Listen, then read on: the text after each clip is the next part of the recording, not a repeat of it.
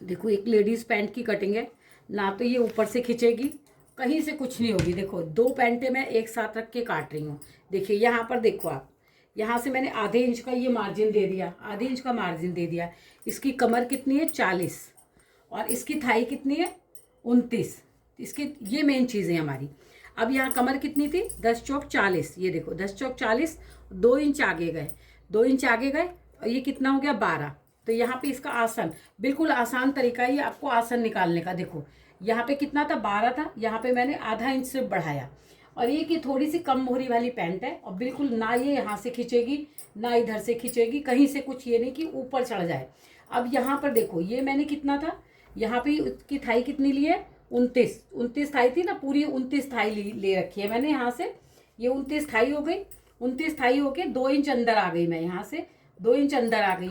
तो ये 2 इंच था, ये कितना है 2 इंच है, और ये कितना है 2 इंच, यहाँ से भी 2 इंच। इस 2 इंच को इस 2 इंच से यहाँ मैंने मिला दिया, और इसको यहाँ से थोड़ा सा डाउन करूँगी, और जब कटिंग करूँगी तो ये आधे इंच का, देखो ये आधा इंच, आधा इंच ये मार्जिन डालूंगी इस पैंट में, यहाँ पर भी आधा इंच। ये देखो ये आधा इंच का ये मैंने मार्जिन डाल दिया। ये फ्रंट पार्ट है, ये क्या है फ्रंट पार्ट है। अभी एक चीज़ आपको मेन इंपॉर्टेंट चीज़ और बताऊंगी। अब यहाँ से मैंने 14 निकाला था, 14.5, तो इसका हाफ कितना होगा 7.25, 7.5, 7.3 मतलब 7.25। यहाँ पर भी 7.25, और यहाँ पर भी 7.25 रखा, और यहाँ पर भी मैंने रखा 7.25। ये मिडिल पॉइंट निकल आया, पास लाओगे यही बताया था। ये मिडिल पॉइंट निकाला, यहाँ से मिडिल पॉइंट निकाला। अब इसकी 4 इंच मोहरी इधर से, इसको 8 इंच की मोहरी चाहिए, 4 इधर रखा, 4 इधर रखा, रख करके अब जब ये जो हमारा शेप पट्टी होती है इसको इस्तेमाल करना। देखो आप यहाँ से ये 3 इंच में बाहर निकाल दूंगी, 1 2 3, ये 3 ये फिगर मैंने बाहर निकाल के फिर ये निशान लगाया मैंने। तो यहाँ से ये थाई में हमारा मार्जिन अपने आप आ जाएगा।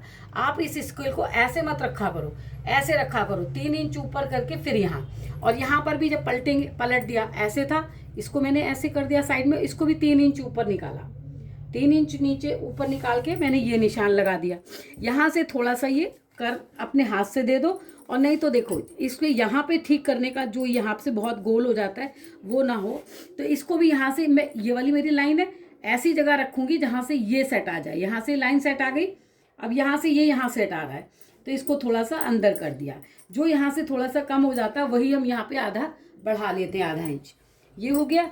और आगे के पार्ट में वो कितना भी बड़ा साइज़ क्यों ना हो, जैसे इसकी कमर 40 थी, 48 हो 50 हो कितना भी हो, लेकिन मैं क्या करती हूँ इसको आधा इंच, यहाँ से आधा इंच डाउन करती हूँ। आधा इंच डाउन करने के बाद जो ये वाली सीधी वाली स्केल है, ये इस निशान से, जो ये निशान है इस पर रख करके, और ये देखो यहाँ से मैं लगाती हूँ, ये आधा इंच ये डाउन हो गई। अब ये पैरों पे आप देखो, यहाँ पर आकर यहाँ से ये देखो, यहाँ से यहाँ कितना है, ये देखो आप पास में दिखाना, ये देखो यहाँ पे लाके दिखाना, देखो ये 23 आ रहा है ना, 23। अब देखो यहाँ से भी नापो आप, यहाँ से अगर आपका निशान ठीक लगा होगा तो यहाँ से भी देखो 23 ही आना चाहिए। अगर नहीं आएगा तो करेक्ट, देखो ये कंप्लीट 23 आ गया ना, यहाँ पे भी 23, और यहाँ अब ये पैंट उठेगी नहीं, क्योंकि जब यहाँ से नीचे जाएगा तो यहाँ से अगर दोनों साइड बराबर है आपकी, तो ये फ्रंट पार्ट है, फ्रंट पार्ट की कटिंग है ये। अब इधर से कैसे मार्जिन देंगे, हिप के पास से, ये आधा इंच का मार्जिन हिप के पास से दे रही हूँ मैं। दूसरे पैर में भी तो मार्जिन देंगे ना, ये आधा इंच, इस वाली लाइन से मैंने इस आधे इंच को मिला दिया। अब इसकी कटिंग कर देती हूँ फ्रंट पार्ट की, और फिर मैं आगे के पार्ट की दूसरे साइड की दिखाऊंगी आपको। ये देखो आप यहाँ से थोड़ा सा डाउन कर दूंगी, ये हिस्सा यहाँ से ये देखो उठा दी, डाउन नहीं करूँगी, थोड़ा सा उठा दूंगी, क्योंकि जब ये सिलाई में जाए तो नीचे क्यों ढलक जाए। यहाँ से ये 2 इंच का मार्जिन, इस तरह से आप पैंट काट के और मुझे कमेंट्स बॉक्स में लिख के बताइएगा कि आपकी पैंट क्या ऐसे ही बिल्कुल परफेक्ट बनी है कि नहीं। देखो ये फ्रंट पार्ट निकाल दिया, अब इसका बैक निकालूंगी तो वो भी आप ध्यान से देखिएगा। ये फ्रंट पार्ट निकाला मैंने, ये वाला हिस्सा जो आता है हमारा वो प्लेटों में काम आ जाता है, सॉरी जो हमारी जेब बनती है ना, जेब में काम आ जाता है। देखो जेब भी यहीं पे दिखा देती हूँ, इस कपड़े में से कितने इंच की जेब चाहिए, 13 इंच की। ये 13 इंच की जेब चाहिए हमको, ये 13 इंच यहाँ से लगा दिया। अब जो हमने आगे काटा था वो 10 था, वो कमर उसकी कितनी थी, 10 थी, तो इसको कितना रख देंगे, 6। यहाँ से 6 रख दिया और यहाँ से 7 रखूँगी। ये देखो 7 रखा और इन दोनों को मैंने ऐसे मिला दिया यहाँ से ऐसा था। अब इसका जो बीच का पार्ट है यहाँ से, ये देखो 7 का आधा कितना आएगा, 3.5 आएगा। 3.5 से हम ये गोलाई दे देंगे और यहाँ से हमको जो यहाँ से 1.5 इंच जो हम यहाँ से पट्टी लगाएंगे तो 2 इंच यहाँ से छोड़ दिया और ये हमारी जेब आ जाती है 6 इंच या 5.5 पे हमारी जेब ऐसे करके आ जाती है। तो अब जैसे हमने पैंट को झुका के काटा था ना, तो इसको भी झुका के काटूंगी। देखो थोड़ा सा टेढ़ा कर दिया मैंने इसको और ये साथ साथ आपको सारी चीज़ें दिखा रही हूँ। देखो ये आपको समझ में आ रहा होगा, नहीं आए तो आप दोबारा भी पूछना। देखो ये इसकी मैंने पॉकेट काट दी, यहाँ से ये 3 इंच ऊपर और ये हमारा 1.5 इंच, ये हो गई हमारी पॉकेट। अब हम आएंगे बैक पर। बैक को भी देखो कैसे काटूंगी, आप बहुत ध्यान से देखना कि मैं कैसे मार्जिन दूंगी, तो आपको पता चलेगा कि कितनी बढ़िया पैंट कटिंग होगी इसमें से।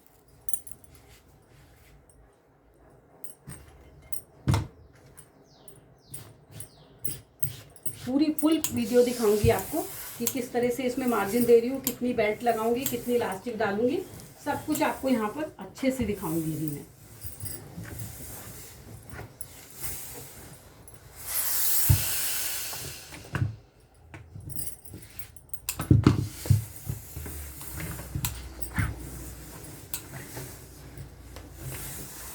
दो पैंटें काटी थी मैंने, आपको कह रही हूँ ना कि मैं 2 पैंट एक साथ काट रही हूँ, तो दोनों पैंट को एक साथ काट के फिर आपको दिखाती हूँ।